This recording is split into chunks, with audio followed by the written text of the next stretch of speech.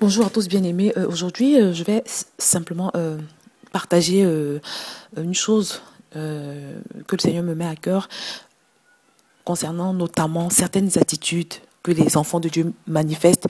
Et je méditais là-dessus et je pensais à une personne que je connais, une personne qui fréquente l'église de Dieu depuis plus de 20 ans. Et je pensais à toutes les actions de cette personne. Je me disais, mais comment peut-on faire preuve de autant de méchanceté, parce que c'est quelqu'un qui fait beaucoup de mal à beaucoup de personnes. Et j'observais, je me disais, si on connaît la parole de Dieu, tu sais ce que la Bible dit, et tu es capable de commettre autant d'actions méchantes, c'est que pour moi, il y a un esprit qui a l'œuvre quelque part dans ta vie, c'est l'œuvre du diable. Et moi, je me dis, quelqu'un comme ça est possédé. Parce que quand ça se multiplie et qu'il y a trop de méchanceté, une méchanceté qui n'est même pas pratiquée par des personnes qui ne connaissent pas Dieu. Moi, je pense que quand c'est comme ça, même si la personne fréquente l'église régulièrement, l'église réveillée, moi, je pense qu'il y a un démon. Et alors, je priais, je me suis dit, mais alors, s'il y a un démon, Dieu dit qu'il va envoyer les gens en enfer qui font beaucoup de mal, des gens méchants, même s'ils fréquentent l'église réveillée, même s'ils connaissent la Bible de la Genèse à l'Apocalypse, il dit qu'il va les envoyer en enfer. Et je priais, Dieu Seigneur, mais alors, si cette personne est possédée, par exemple, et vraiment s'il s'avère qu'effectivement, il y a un démon qui la pousse à faire tout ce qu'elle fait, pourquoi, Seigneur, envoies-tu des gens en enfer? Parce que si c'est le démon, ça veut dire que ce n'est plus la personne, c'est l'esprit qui agit à travers de cette personne. Et là, tout de suite, je vous assure que le Saint-Esprit m'a repris. Tout de suite, j'ai reçu la réponse.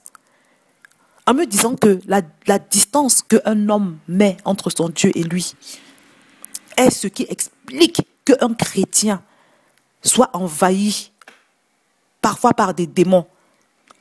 C'est-à-dire que la distance que vous, enfants de Dieu, vous mettez entre Dieu et vous, les gens tièdes, là, les gens superficiels avec Dieu, ou les gens qui sont que dans la Bible, c'est-à-dire n'ont pas de proximité avec Dieu, ce vide-là au niveau de votre relation, de votre tête à tête, de votre intimité avec Dieu, cette place que vous ne donnez pas à Dieu est occupée par Satan. Ce contrôle que vous ne donnez pas à Dieu dans votre vie, c'est Satan qui prend le contrôle. Tout l'espace que vous ne donnez pas à Dieu est occupé par l'adversaire. Et le Seigneur me disait qu'en fait, s'il va punir les gens, s'il punit les gens, ou bien s'il va envoyer les gens en enfer, c'est pas directement à cause du démon qui agit dans ta vie ou de ce que le démon te fait faire, mais à cause de la distance que tu as mise entre lui et toi, entre Dieu et toi, et qui a ouvert la porte à ce démon.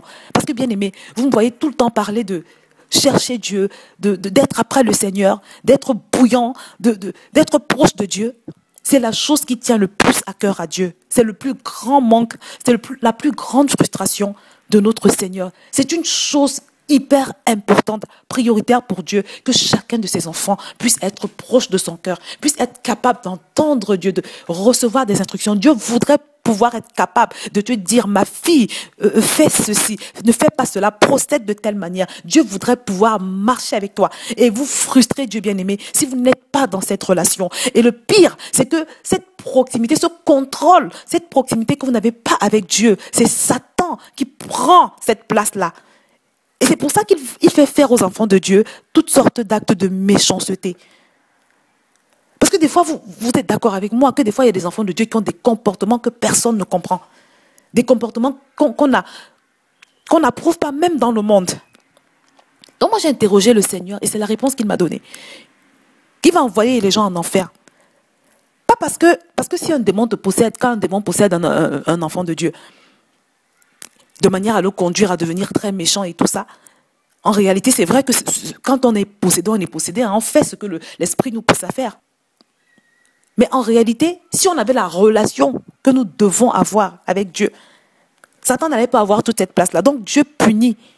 Il punit les gens à cause, en réalité, de la distance qu'il y a entre lui et toi. Parce que cette distance-là, bien aimé, elle est la source de tous les maux.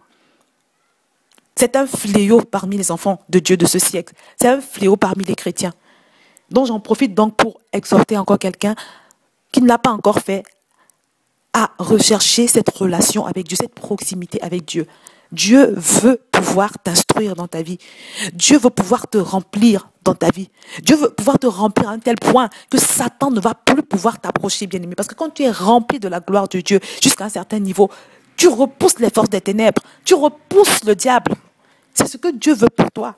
Parce que là où la gloire de Dieu habite, bien-aimé, il n'y a pas de place pour le mal. Il n'y a pas de place pour la méchanceté. Il n'y a pas de place pour détruire les autres frères et sœurs. Il n'y a pas de place pour diviser, pour que tu sois quelqu'un qui passe toute sa vie à diviser les autres, à monter les gens les uns contre les autres, à rendre le mal, à rendre le bien par le mal. C'est-à-dire on te fait du bien et toi, à chaque fois qu'on te fait du bien, tu rends ce bien la part du mal. Non, non, c'est impossible. Si Dieu te remplit, tu ne peux pas faire ça.